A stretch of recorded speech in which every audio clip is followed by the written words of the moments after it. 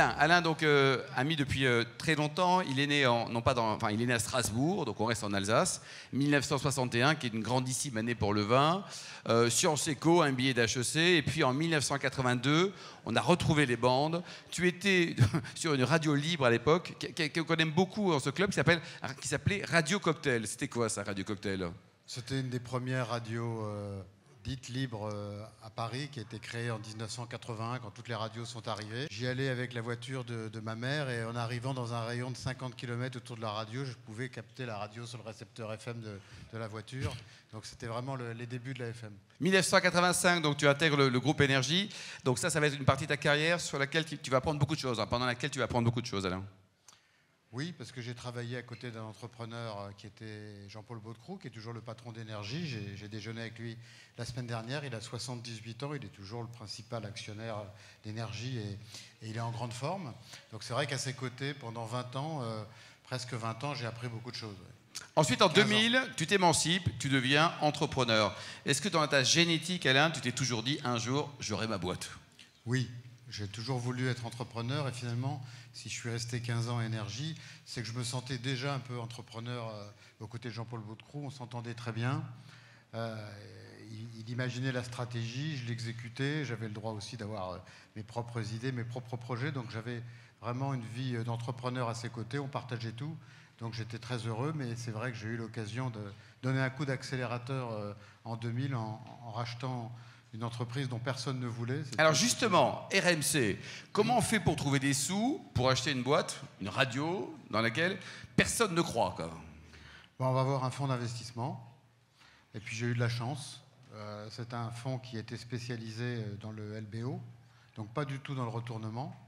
Donc quelques années après, le patron du fonds, qui est toujours un proche ami, m'a dit que s'était fait engueuler par ses investisseurs, qui nous ont dit mais c'est pas du tout pour ça qu'on te confie de l'argent, c'est pour faire du LBO et pas du retournement, parce que c'était impossible de lever de la dette sur RMC, qui, quand je l'ai repris, faisait 7 millions de chiffre d'affaires, 15 millions de pertes. C'est beau ça, hein, c'est beau ça. Même pour les mauvais en maths, on comprend. C'est pour ça que personne n'en voulait. Oui, c'est ça. Mais alors, à l'époque, quand RMC, donc tu le reprends, la baguette magique, Alain Weill, c'est quoi? C'est optimisation, réduction des coûts, et puis imagination? Je connaissais bien le secteur de la radio. Je m'étais préparé à Énergie pour reprendre RMC. Puis finalement, Jean-Paul Baudecroux a changé d'avis. Donc je lui ai dit, écoutez, moi j'y vais. J'ai atteint la vitesse de décollage sur le dossier, j'y vais. Donc je connaissais bien la radio. Et moi j'ai toujours cherché des modèles, notamment aux États-Unis, parce que dans les médias, ils sont un peu en avance par rapport à nous, puisque la radio était libre depuis... les radios privées existaient depuis beaucoup plus longtemps aux États-Unis.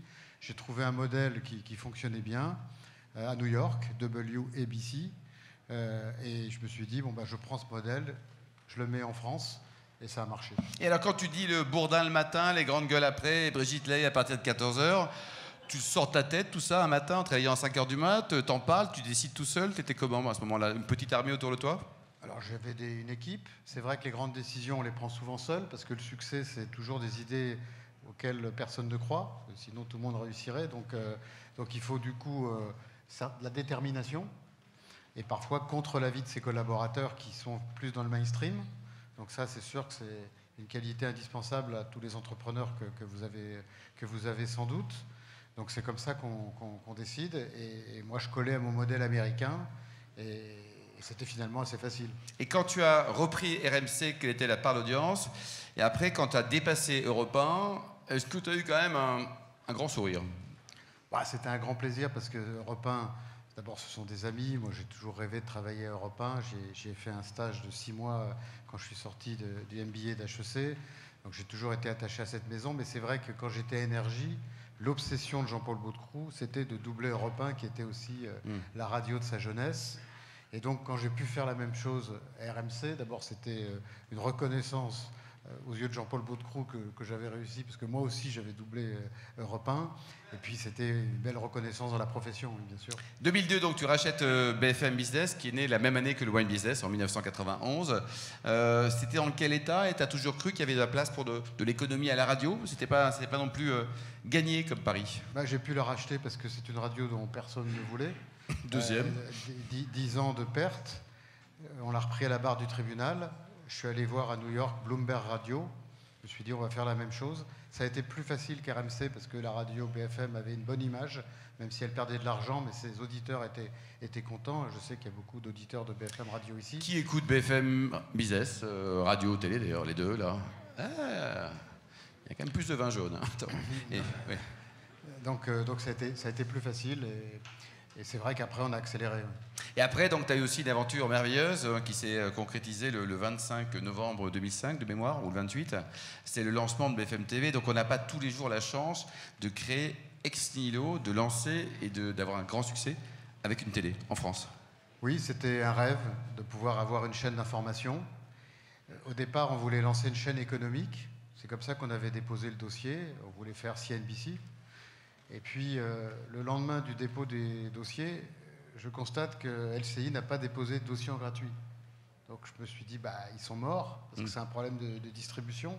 Ils vont exister que chez les 25% de Français qui ont le câble. Donc, tout le monde va aller vers la TNT, puisqu'il y avait une pauvreté de la télévision en 2005, on a oublié, mais en 2005, 75% des Français n'avaient que 5 chaînes de télévision. On était le seul pays occidental dans 2005, cette situation. Donc la TNT explosait, mais ça, j'avais cette conviction parce que je venais de la FM, donc je savais que c'était la même chose que quand la FM est arrivée. Et donc, on a eu la fréquence, et après, je suis retourné voir le CSA. Je leur ai dit, mais est-ce qu'on ne peut pas plutôt faire une chaîne d'information générale? Et le CSA m'a dit, une chaîne d'information générale et notamment économique. Donc du coup, c'était bon, et on a fait BFM qui a rencontré un beau succès parce que LCI était hors jeu. Et chez Canal, avec iTélé, ils y croyaient pas. L'information, ça n'a jamais été leur domaine. Quand on est une chaîne d'info, on doit vérifier l'info ou pas? Oui, bien sûr. Il faut être extrêmement rigoureux. Beaucoup de journalistes, beaucoup de travail. C'est vrai que c'est un projet fou, puisqu'une chaîne d'info, ça tourne quasiment 24 heures sur 24. C'est des moyens ça coûte techniques. Cher. Hein. Ça coûte très cher. La technologie a aidé aussi à faire une chaîne plus facilement qu'avant. C'est encore plus facile aujourd'hui. À BFM Région, ils sont équipés d'iPhone pour filmer. Hein, ils n'ont plus de caméra. Ils travaillent à l'iPhone. Ils ont un scooter. Ils se déplacent dans Lyon ou dans Nice en scooter et ils font tout eux-mêmes. Et le présentateur dans les chaînes locales est le réalisateur de sa tranche horaire. Ce qui est incroyable quand même. Il a des boutons devant lui et il passe d'une caméra à l'autre. C'est une réalisation assez succincte, mais ça marche très bien. Les politiques, ça a été aussi un fer de lance. Tu as croisé tout le monde. Hein. D'ailleurs, tu prenais le temps d'accueillir tout le monde. Hein. C'était un acte aussi sympa. Et donc ça a boosté aussi BFM TV, toute la partie politique? En tout cas, la légitimité de l'information, c'est aussi d'être performant sur la politique. Donc c'est vrai que, sans doute, je dirais, l'axe fondateur de BFM TV, ça a été le débat Ségolène Royal, François Bayrou, que nous avons organisé en 2007. Personne ne voulait faire ce débat. Aucune chaîne d'information. Nous, on s'est dit, est-ce que ça va intéresser le public? On s'est dit oui. Et finalement, on a fait ce débat. Et le lendemain, quand je voyais les images de BFM sur TF1 à 13h, là aussi, c'était impensable quelques années avant. Bon, depuis, BFM est rentré dans le jeu. Mais vous savez très bien que quand on est un nouvel entrant, au début, c'est difficile parce que les gens installés vous méprisent en général. Ouais. En tout cas, sont dans le déni par rapport aux nouveaux entrants. Donc c'était une consécration. Alors ensuite, il y a la partie également presse, donc écrite, hein, avec notamment le groupe Test, puis la Tribune, et aujourd'hui donc l'Aventure Express. L'Express a été créé quand, Alain? L'Express s'est créé en 1953, donc on a fêté nos 70 ans en octobre dernier. On a fait une très belle réception, on a célébré les fondateurs, Jean-Jacques Servan-Schreiber, François Giroud, parce que c'est un journal qui a une très belle histoire. C'est le journal qui a inventé le concept des news magazines. Hein. Tous les dirigeants de l'Obs et du Point sont venus de l'Express. Et moi, j'ai racheté l'Express quand j'ai vendu mon groupe, quelques années après. J'ai vendu le groupe en 2016. Et donc, j'ai racheté l'Express en me disant ça sera l'aventure suivante. Je savais que ça ne serait pas la plus simple. Quand j'ai dit que j'achetais l'Express, j'ai un ami qui m'a envoyé un petit SMS en me disant c'est quand même plus élégant de racheter l'Express qu'un club de foot. Mais c'est vrai qu'il y a quand même un peu de ça. Strasbourg, il joue bien au foot à Strasbourg. Ouais, j'ai regardé le dossier pendant le Covid parce que Strasbourg voulait changer d'actionnaire. Et comme j'étais alsacien, ils sont venus me voir en me disant on ne veut pas d'un actionnaire chinois, on veut un actionnaire alsacien. Ce qui est plutôt sympa. Et Keller est un type bien. J'ai préféré quand même rester dans l'information. Et en quoi tu as apporté, qu'est-ce que ça t'a apporté, tes expériences radiophoniques et puis télévisuelles, pour la relance, on va dire, de l'Express? Qu'est-ce que tu as apporté comme petite touche qui vient de ton expérience, de tes expériences précédentes? D'abord, l'expérience entrepreneuriale, quel que soit le secteur. Je commence à avoir pas mal de vécu, d'avoir rencontré des situations différentes. Après, c'est la passion de l'information. Bon, là, c'est très différent. C'est un dossier de transformation. Quels que soient les secteurs dont on parle aujourd'hui, je pense que ça vous concerne aussi, on est en transformation, quoi. Quand on est dans la distribution, quand on est dans l'automobile, c'est quand même très compliqué, il faut savoir se réinventer. L'information écrite, on est disrupté depuis 25 ans, ou depuis 30 ans, depuis qu'Internet existe. On a été les premiers à être disruptés quand les gens découvrent qu'ils pouvaient lire gratuitement sur Internet. Donc il faut se réinventer. Donc là, on a remis la maison à l'endroit. Mais il faut se développer. Donc, on a racheté une start-up à Lyon qui s'est spécialisée dans l'univers des e-salons et des salons virtuels. Et là, on est du bon côté de la barrière, parce que c'est les salons traditionnels qui sont en décroissance. Donc ça, c'est la presse papier. Et nous, on est dans le salon virtuel, c'est le site internet d'information.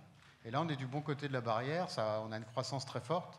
Donc, on a créé l'Express Franchise, on lance l'Express Éducation, on va lancer l'Express Patrimoine. C'est une activité à forte marge, forte croissance. Donc, c'est un des éléments d'accélération et de diversification. Le journal, ça sera la haute couture. Et à côté de ça, on voudrait avoir des salons, peut-être une chaîne de télévision, puisqu'on sera candidat à l'appel à candidature qui a été lancé par le CSA, l'ARCOM récemment. Et puis, grâce à la technologie, on imagine aussi aller à l'étranger avec l'Express, lancer l'Express Europe, puisque grâce à l'IA, aujourd'hui, on traduit tout. Nos journalistes ils peuvent écrire un texte et on lance une vidéo en allemand sans qu'il n'ait rien à faire. Donc, encore une fois, la technologie va tout disrupter. Donc, c'est un risque, c'est aussi une opportunité et on essaye de s'en saisir. Bon, il faut s'abonner massivement à l'Express. Je sais qu'elle a pas mal, mais elle a passé suffisamment, comme disait Alain tout à l'heure. Autre activité aussi, Alain Veil, côté hôtellerie. Donc là, tu investis également. Est-ce que tu peux nous conseiller, par exemple, un magnifique établissement dans le sud de la France et bientôt près des cibles enneigées des Alpes? Quand j'ai cédé mon entreprise il y a quelques années, je me suis dit, tiens, l'hôtellerie, c'est un secteur intéressant, mais c'était le hasard. À la Croix-Valmer, qui est le lieu de mon enfance depuis toujours, il y avait un hôtel à vendre avec un emplacement extraordinaire. Je l'ai racheté en me disant, bon, je vais le repeindre un peu, je vais le rénover. Et puis après, j'ai rencontré Philippe Starck. Et là, j'ai perdu... Là, tu l'as repeint, mais c'était plus cher.